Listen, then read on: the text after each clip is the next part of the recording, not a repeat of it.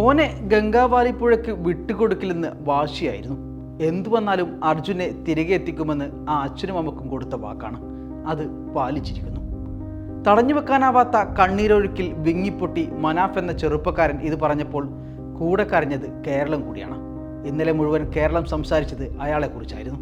3 മാസം മുമ്പ് ശിരൂരിലെ ചളിയിൽ പുതഞ്ഞ് മഴ നനഞ്ഞ് തണുപ്പിൽ വിറച്ച് രാവെന്നും പകലെന്നുമില്ലാതെ അയാൾ നിന്നപ്പോൾ അയാളെ പരിഹസിച്ചവർ, അർജുനായുള്ള തെരച്ചിലിൽ അല്പമെങ്കിലും അലംഭാവം വരുന്നോ എന്ന് സംശയിച്ച നിമിഷങ്ങളിൽ അധികാര കേന്ദ്രങ്ങളോടും അയാൾ ക്ഷോഭിച്ചപ്പോൾ അതെല്ലാം അയാളുടെ ഷോ ആണെന്ന് ആക്ഷേപിച്ചവർ, അർജുനേക്കാൾ അയാൾക്ക് വേണ്ടത് വണ്ടിയാണെന്ന് ആരോപിച്ചവർ എല്ലാം ഇന്നലെ അയാളെക്കുറിച്ച് വാചാലരായി.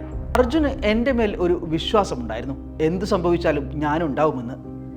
അർജുൻ്റെ അച്ഛന് ഞാനൊരു വാക്ക് കൊടുത്തിരുന്നു, അവനെ കൂട്ടിയേ വരൂ എന്ന്.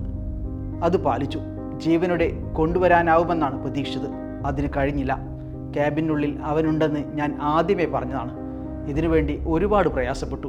പലരും പലതും പറഞ്ഞു. വണ്ടി കിട്ടാനാണെന്നും അർജുനെ കിട്ടാനല്ലെന്നും വരെ പറഞ്ഞു. എനിക്ക് വണ്ടിയും മരവും ഒന്നും വേണ്ട. വണ്ടി ഒന്ന് പൊന്തിക്കുക, അതിൽ നിന്ന് അവനെ എടുക്കുക, എന്നിട്ട് വണ്ടി അവിടെ തന്നെ ഇടൂ, അത്രയേ വേണ്ടൂ. ഒടുവിൽ എല്ലാ കാത്തിരിപ്പുകൾക്കും അവസാനമായി അർജുനെ കണ്ടെത്തിയപ്പോൾ അടക്കാനാവാത്ത നോവിൽ അയാൾ മാധ്യമങ്ങൾക്ക് മുന്നിൽ പറഞ്ഞ വാക്കുകളാണിത്.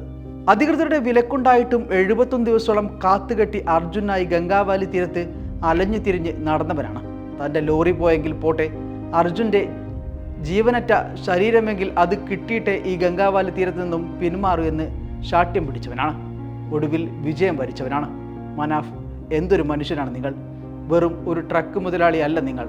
തനിക്ക് വേണ്ടി ജോലി ചെയ്യുന്നവനെ കൂടപ്പിറപ്പിനെ പോലെ സ്നേഹിച്ച് അവൻ്റെ കുടുംബത്തെ സ്വന്തമെന്ന് ചേർത്ത് വെച്ച് നിങ്ങൾ അവർക്ക് നൽകിയ ഉറപ്പിൻ്റെ, കരുത്തിൻ്റെ, അപൂർവ ശക്തിയുള്ള വാക്കിൻ്റെ പേരാണ് മനാഫ് നിങ്ങൾ. പിന്നെ ശിരൂർ MLA സതീഷ് ശൈലി.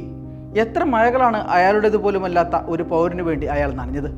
തെരഞ്ഞെടുപ്പിൽ തനിക്ക് വന്നു വീഴാവുന്ന വോട്ടുകളോ ഏതെങ്കിലും വിധത്തിൽ തനിക്ക് ലാഭം കൊയ്യാവുന്ന ഒരു വിഷയമോ ആയിരുന്നില്ല അയാൾക്ക് അർജുൻ. എന്നിട്ടും രാവുകളെ പകലാക്കി അയാൾ ശിരൂരിൽ നിന്നു. വിമർശനങ്ങളെ ഗംഗാവാലിയുടെ കുത്തൊഴുക്കിലേക്ക് തള്ളിവിട്ട് ആ ചളിപ്പുതപ്പിൽ അയാൾ ഉറച്ചു നിന്നു. ഒപ്പം അയാളുടെ സർക്കാരും. കോടികൾ മുടക്കിയാണ് കർണാടക സർക്കാർ അർജുനായുള്ള തെരച്ചിലിൽ കൂടെ നിന്നത്.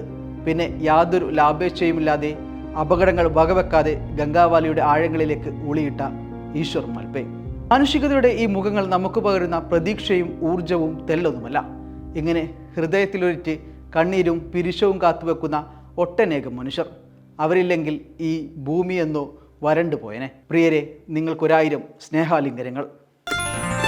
Waytonikah.com, the exclusive Muslim matrimonial site.